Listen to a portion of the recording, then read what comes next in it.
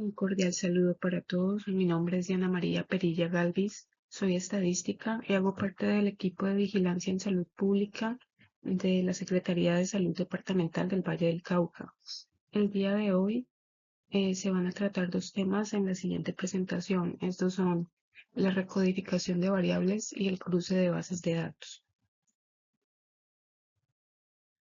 A manera de introducción, se puede afirmar que la gestión de datos es el pilar fundamental de la investigación en salud.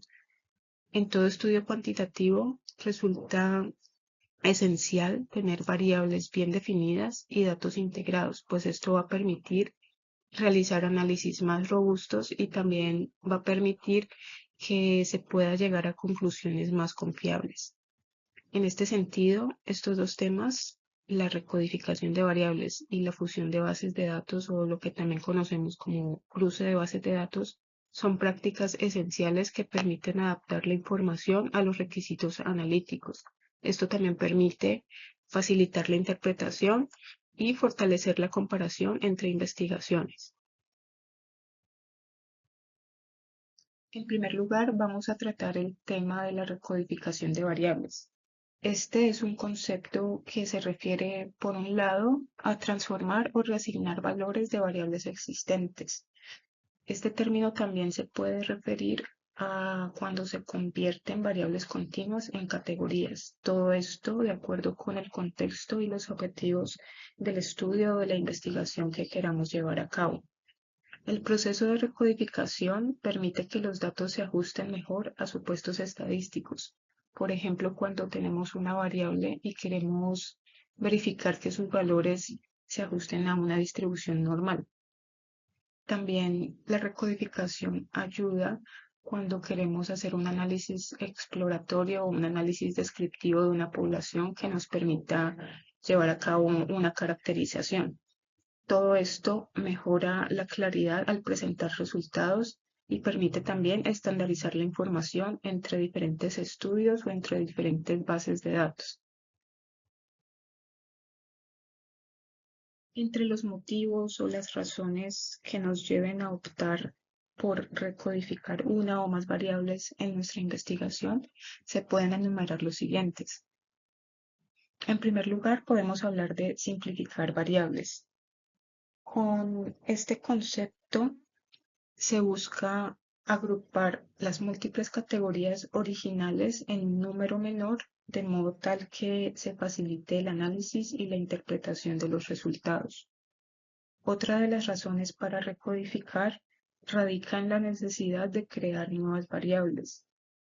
Cuando tenemos, por ejemplo, una variable continua o discreta, va a ser más amigable presentar resultados por grupos o por rangos.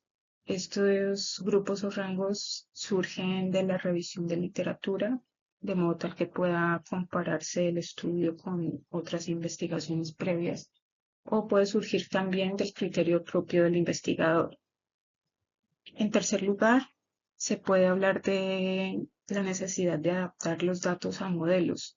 Esto con el fin de que los datos se ajusten a ciertos modelos estadísticos, cuando, por ejemplo, necesitemos variables dicotómicas, entonces se tenga un número original de categorías mayor, habría que reagruparlos de modo tal que solo resulten dos opciones de respuesta.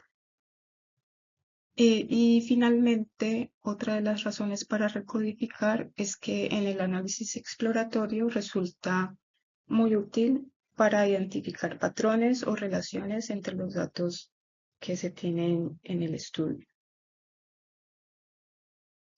Los tipos de recodificación más común contemplan la recodificación por rangos, que es la que recién se mencionó, cuando tenemos valores continuos y estos son agrupados en intervalos definidos. Tenemos también la recodificación simple, que es cuando tenemos, por ejemplo, un número o un dígito y este lo recodificamos por una palabra o por una letra, o viceversa, cuando tenemos una letra o una categoría y le asignamos un valor numérico. Y por último tenemos la recodificación condicional, que es en la que se combinan varios criterios y varias condiciones de una o más variables. Para ilustrar lo que hemos visto hasta el momento, tenemos algunos ejemplos. En primer lugar, vamos a tomar como variable original la edad simple y esta será recodificada en una edad por quinquenios. Entonces aquí podemos observar una pequeña muestra de individuos con sus edades y en la segunda columna el objeto o el resultado de la recodificación. Sabemos que los grupos quinquenales van entre 0 y 4, de 5 a 9, de 10 a 14, de 15 a 19 y así sucesivamente como se muestra en esta gráfica. Esta recodificación es muy útil precisamente para este tipo de gráfico que se muestra que es una pirámide poblacional, que por supuesto, aparte de la variable edad, involucra la variable sexo. Pero pues digamos que el primer paso para construir y para mostrar nuestra información de esta manera es llevar a cabo la recodificación de la edad para poder relacionarla con el sexo y que quede ilustrada de esta forma.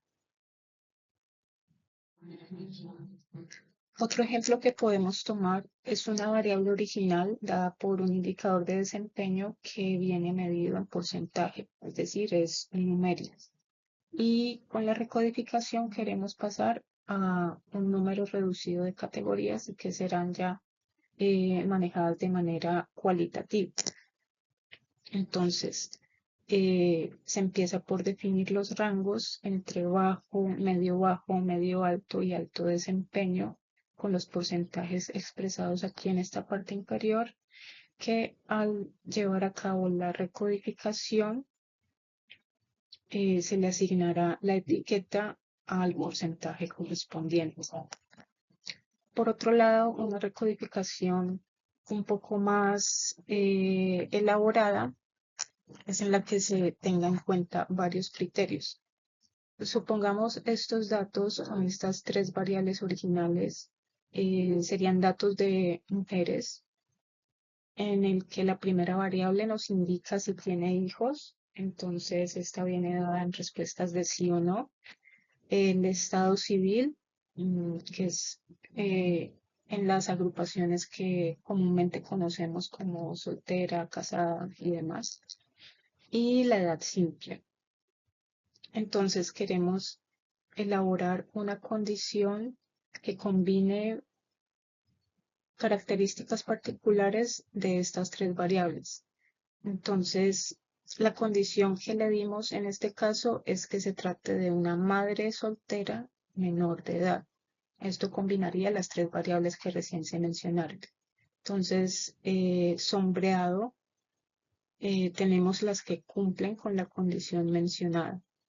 Este sería un tipo de recodificación en el que se involucran diferentes condiciones. Al recodificar variables es preciso tener en cuenta algunas recomendaciones. En primer lugar, se habla de crear una variable nueva y no sobreescribir la variable original.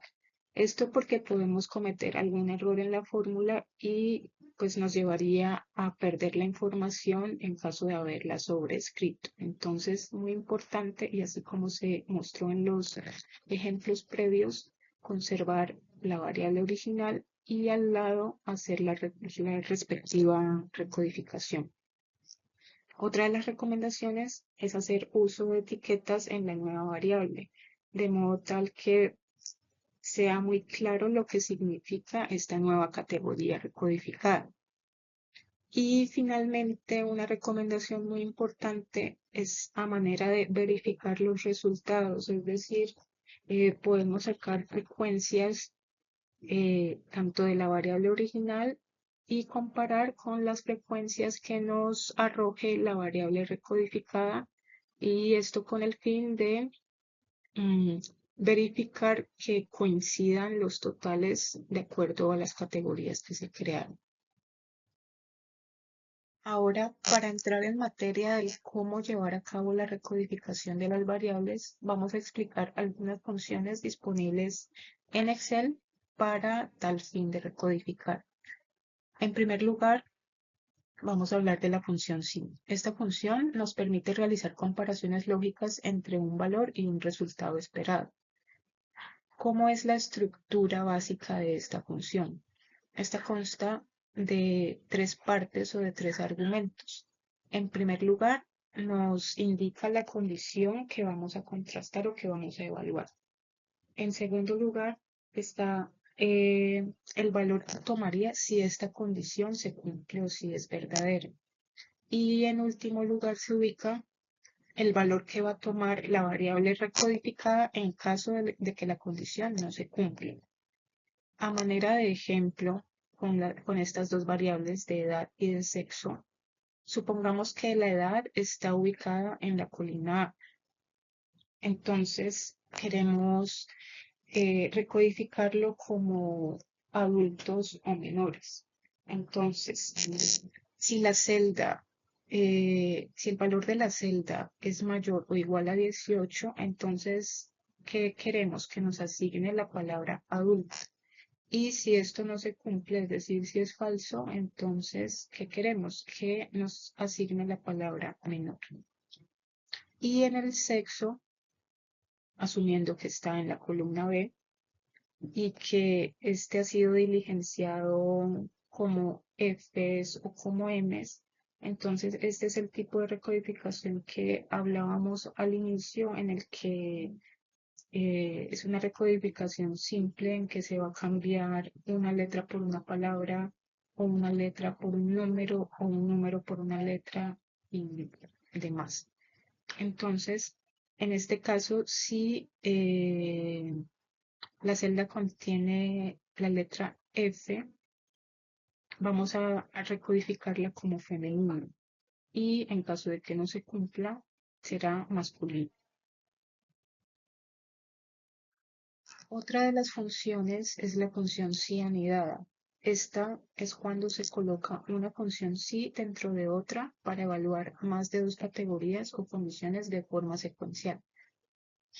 Esta sigue una estructura general donde implica colocar una o más funciones si completas dentro del argumento valor si falso de otra función si, es decir, de la que le precede, formando una cadena de pruebas lógicas.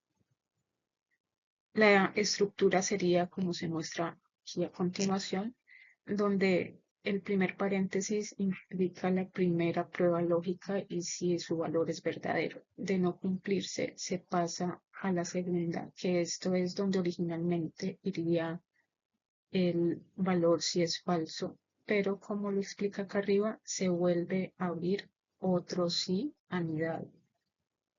Y a su vez se abre otra prueba lógica de sí y el valor verdadero que cumpliría. Y así sucesivamente hasta completar el número de condiciones que se quiera evaluar. Para tener una idea de cómo funciona esta función si anidada, lo veremos de esta forma. La primera función si, donde empieza la sintaxis, evalúa la prueba lógica 1.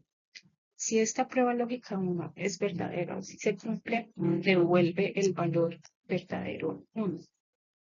En caso de ser falsa, la función si principal pasa al argumento del valor si falso, que a su vez va a contener una nueva función si.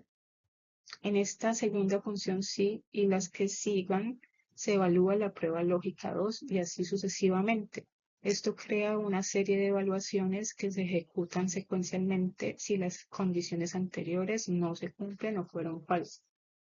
Para ver esto de una forma un poco más clara y menos compleja, tomemos como ejemplo una variable de calificaciones. Entonces, iniciamos con el rango mayor, que sería si la calificación es mayor de 90, entonces le asignamos excelente. Si esto no se cumple, bajamos al siguiente punto de corte, que sería una calificación mayor de 70. Entonces se asignaría o se recodificaría un valor bueno. De no cumplirse, bajamos un nivel más y decimos que la calificación es mayor que 50, entonces la recodificamos como regular. De lo contrario, entonces se asigna un valor deficiente. Entonces, la sintaxis de esta función quedaría de esta forma. Abriendo el primer paréntesis con la primera condición. Si es falso, encontramos un segundo sí. Y si es falso, encontramos esta parte donde le asignaría el valor de deficiente. Tenemos ahora la función de sí conjunto que permite evaluar múltiples condiciones sin necesidad de anidar varias funciones sí como la que vimos previamente. Esta función de sí conjunto puede definirse como más ordenada, más legible y fácil de manejar, especialmente cuando se tienen muchas categorías. Evalúa las condiciones en orden, devuelve el valor correspondiente a la primera condición que se cumpla y si ninguna se cumple puede devolver un error en el cálculo. La estructura sería como se muestra a continuación, donde se abre el paréntesis después de sí conjunto y se evalúa la condición. Si se cumple, se asigna el valor. Si se cumple la condición 2, se asigna el siguiente valor y así sucesivamente por las n condiciones que se deseen evaluar. Entonces, si ninguna condición se cumple, puede devolver error cuando estamos en esta función de sí conjunto. Lo miramos con el siguiente ejemplo. Supongamos esta variable de puntajes que será recodificada por grupos. Originalmente tenemos la sintaxis de esta forma. Si el puntaje es menor a 10, se asigna el primer grupo. Si es menor a 20, en el segundo grupo.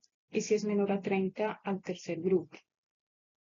En los datos que tenemos aquí en esta muestra podemos observar que hay valores por encima de 30 y son a estos a los que al ejecutar esta función le da como resultado un error. ¿Cómo hacer para subsanar este error?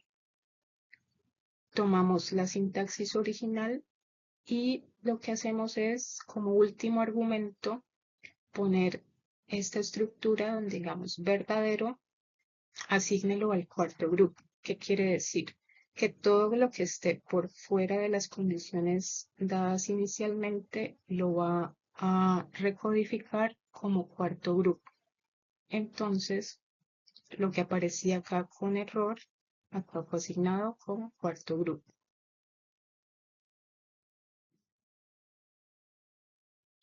Otra de las formas de recodificar variables y en las que se tengan varias condiciones simultáneas y un poco más complejas es manejándolo con las funciones sí y la función y. Esta función y tiene una estructura en la que la sintaxis está compuesta por diferentes condiciones. Entonces, si esto se cumple, simultáneamente él devuelve un verdadero. Por ejemplo, tomamos edad y sexo. Entonces, si es una persona mayor de 25 años y de sexo femenino, él va a arrojar verdadero. Ahora, ¿cómo ponemos esto en un contexto de recodificación? Sería combinándolo con la función sí. Entonces, tenemos este caso hipotético de asignar el grupo A si se cumple lo siguiente: si la persona es mayor de 30 años y si su escolaridad es universitaria. Entonces, en primer lugar, se abre con la función sí, el paréntesis e inmediatamente después la función y, que es la que me va a marcar que esto se cumpla al mismo tiempo. Entonces, si esto es verdadero, asigna grupo A. De lo contrario, asigna la palabra otro. Tenemos ahora algunas recomendaciones generales que son importantes tener en cuenta al momento de realizar la recodificación de variables haciendo uso de alguna de las funciones que recién se explicó. Las condiciones de texto, es decir, cuando la condición está asociada a una variable cualitativa como puede ser sexo o escolaridad, dicha condición debe estar siempre entre comillas. Por ejemplo, cuando la condición es si es hombre o si es mujer o si está afiliado. Entonces esa palabra clave hombre, mujer, afiliado, primaria, si hablamos de escolaridad, esa palabrita debe ir siempre entre comillas para que la fórmula funcione correctamente. También es importante comprender la lógica condicional. Es decir, que antes de escribir la fórmula debemos asegurarnos de tener clara esa lógica de decisión, qué condición se va a cumplir y qué valor se espera obtener en cada caso. Debemos pensar eso cuidadosamente antes de elaborar la fórmula para que ésta tenga los criterios y tenga los argumentos adecuados y nos dé un resultado esperado. También hay que evitar los anidamientos innecesarios. Una de las fórmulas que vimos es el si anidado, pero esta puede llegar a ser confusa entre más se van introduciendo condiciones. Si esta fórmula se puede reemplazar por el si conjunto, es mucho más recomendable, ya que en múltiples condiciones la fórmula si conjunto es más legible y es menos propensa a errores que los si anidados. Otro aspecto a tener en cuenta es cerrar bien los paréntesis, en especial cuando decidamos usar si anidados, cuando se van aumentando el número de condiciones, debemos asegurarnos que el paréntesis esté ubicado en la posición correcta. Excel nos da como una guía de colores, entonces esta puede ser útil para saber dónde va el paréntesis y el número de paréntesis requeridos para que la función sea ejecutada de manera óptima. Y finalmente, otra recomendación es que probemos con ejemplos pequeños antes de aplicar la fórmula a una base muy grande para asegurarnos de que la fórmula funcione correctamente con pocos datos antes de replicarla en toda la tabla.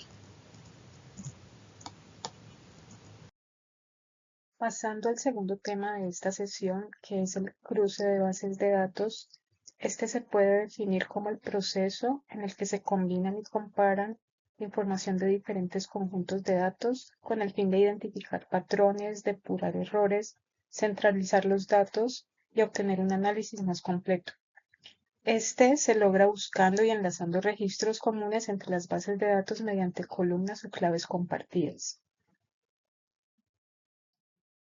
Para llevar a la práctica el cruce de bases de datos, contamos en Excel con una función muy útil que es la función buscar B, que nos permite relacionar tablas de datos. La misión de esta función es buscar un determinado dato en la primera columna de una tabla o matriz. Una vez que se localice la fila en donde se encuentra ese dato, la intención o el objetivo es que nos devuelva el valor que tiene en esa misma fila la columna que especifiquemos, es decir, la columna donde va a estar la variable de interés que queramos pasar a la base principal. La estructura de esta función consta de 4 argumentos, en la que el primer argumento se denomina el valor buscado. El segundo es la matriz tabla, que es la matriz donde se va a buscar este valor. El indicador de columnas, que como recién se mencionó, es donde esté la variable de interés. Y en última instancia, algo que se denomina rango, que ya veremos más adelante. Llevando a la práctica la ejecución de esta función en la hoja de cálculo de Excel, es así como esta se visualiza en la pantalla. Esta nos va mostrando la totalidad de argumentos, pero en negrita nos va marcando cuál es el argumento a ingresar en ese momento.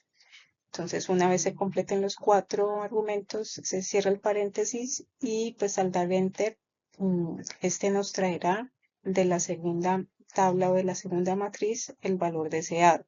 Entonces, reiteramos la importancia de entender qué significa cada uno de estos argumentos. Entonces, el valor buscado es lo que también a veces conocemos como llave. Es la variable en común, el valor en común que va a haber en las dos tablas que nos va a permitir relacionarlas. La matriz buscar en esta definimos el rango donde se encuentra el valor de la búsqueda.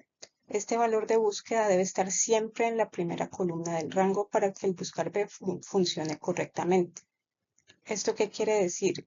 Que en la tabla donde yo vaya a buscar este mismo valor, al seleccionar el rango, tenemos que iniciar el rango en el que teóricamente o potencialmente se vaya a encontrar este mismo valor. El indicador de columnas es el número de columna del rango que contiene el valor devuelto. Es decir, si aquí tenemos estas variables, pero de la otra tabla queremos traer escolaridad, por ejemplo, entonces debemos saber en qué número de columna después de esta variable en común se encuentra esa variable y ese es el valor de indicador que debemos asignar. Y finalmente, el argumento que se denomina como ordenado, que se basa en los valores verdadero y falso. El verdadero, si lo ponemos como verdadero, este nos va a devolver una coincidencia aproximada. Y si ponemos falso, que es lo más recomendable, este nos va a traer el valor exacto que corresponda de la tabla secundaria. Ahora miremos algunos aspectos clave y recomendaciones a tener en cuenta al momento de ejecutar la función buscar B con el fin de cruzar bases de datos. En primer lugar, la posición del valor de búsqueda, es decir, que la columna donde se encuentre el valor de búsqueda siempre debe ser la primera columna de la matriz especificada como segundo argumento en la función. En segundo lugar, el número de columna de retorno. Esto indica que se debe contar desde la izquierda la primera columna del rango como 1, la segunda será la 2 y así sucesivamente para indicar cuál de estas columnas debe devolver el valor a la tabla principal donde estamos ejecutando la función. Viendo estos dos aspectos de manera gráfica, supongamos que esta es la matriz que se especifica como segundo argumento. Entonces, esta, la que se encuentra en la primera posición, es la variable, que es la llave de la variable que está en común entre las dos tablas y que me va a permitir ejecutar la función. Por lo general, pues una de las llaves más utilizadas es el número de identificación. Y estas serían las variables que posiblemente podría yo llevar a la tabla principal, dado el caso de que no contengan alguna de esta información. Entonces, si lo que nos interesa es complementar la primera tabla con el municipio de residencia, el indicador columna debería ser 2. Si nos interesa llevar esta variable, que es un código de la aseguradora, es la tercera posición, entonces el indicador columna será 3. O si, por ejemplo, nos interesa complementar la primera tabla con la información de un evento en salud pública, en este caso, este sería la posición 4, entonces el indicador columna a su vez lleva ese valor de 4 para que al completar la función en la primera tabla la rellene con estos valores. Otro aspecto importante a la hora de usar esta función se refiere a la coincidencia exacta o aproximada que está asociada con el último argumento. Entonces, este último argumento, las opciones que nos da para ingresar son las palabras falso o verdadero. Se recomienda siempre optar por definir este argumento como falso para obtener una coincidencia exacta. El caso de usar verdadero nos va a arrojar coincidencias aproximadas y solamente va a funcionar correctamente siempre y cuando la primera columna de esa matriz de rango esté ordenada de manera ascendente. y pues esto en la práctica no ocurre con frecuencia. Por eso se recomienda siempre definir este argumento como falso. Otro aspecto a mencionar es que la función buscar B busca tanto valores de texto como valores numéricos. Por ejemplo, hasta ahora hemos mencionado escenarios en que esa llave o ese valor buscado sea el número de identificación, que es una variable numérica.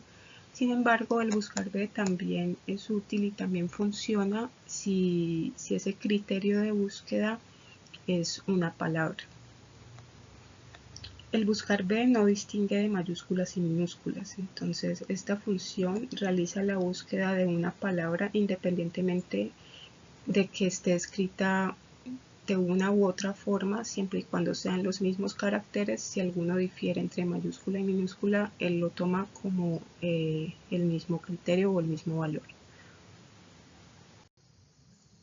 A manera de conclusión, podemos afirmar en primer lugar que la recodificación es un proceso que transforma los datos para optimizar qué y cómo analizamos, garantizando que la información refleje categorías y rangos relevantes para el contexto médico y epidemiológico. Por otro lado, la fusión de bases de datos va a multiplicar la riqueza del análisis, permitiendo la integración de distintas dimensiones y poblaciones bajo estudio. Ambas técnicas requieren un enfoque estratégico, ético y bien documentado como parte esencial de la calidad científica. Con esto concluimos nuestro recorrido por algunas de las funciones de Excel disponibles para recodificar y cruzar bases. Estas son herramientas que nos van a ayudar a transformar y a conectar los datos de manera eficiente. Son recursos que se van a dominar en la medida que se lleven a la práctica, así que la invitación es a que experimenten, a que prueben, a que hagan ejercicios con sus propios archivos, con su propia información. Agradeciéndoles la atención y esperando que lo aprendido hoy sea de utilidad en su trabajo, en sus investigaciones. Gracias.